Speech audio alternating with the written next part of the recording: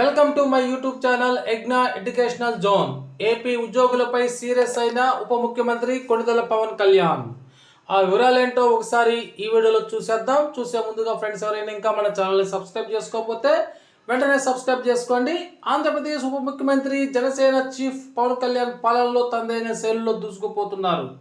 Deputy సీఎంగా charge తీసుకున్న వెంటనే తన శాఖలకు సంబంధించిన అధికారులతో వరుస రివ్యూలు నిర్వహిస్తూ దూకుడు ప్రదర్శిస్తున్నారు. ఈ క్రమంలోనే ఇవాళ పవన్ కళ్యాణ్ డిప్యూటీ సీఎం హోదాలో పంచాయతీరాజ్, పురపాలక, వైద్య ఆరోగ్య శాఖలపై సమీక్ష నిర్వహించారు. మంత్రులు నారాయణ, సత్యకుమార్, చీఫ్ సెక్రటరీ నీరబ్ కుమార్ ప్రసాద్ ఈ సమావేశానికి హాజరయ్యారు. ఈ కార్యక్రమంలో కేంద్ర నిధుల మళ్లింపు విషయంలో అధికారులపై పవన్ సీరియస్ అయ్యారు. గుంటూరు, విజయవాడలో డయేరియా ప్రబలటంపై అధికారులను ప్రశ్నించారు. కేంద్రం ఇచ్చిన నిధులు ఏమైపోయాయంటూ పవన్ అడిగిన ప్రశ్నలకు అధికారులు నీళ్లు నవ్వినట్లు సమాచారం.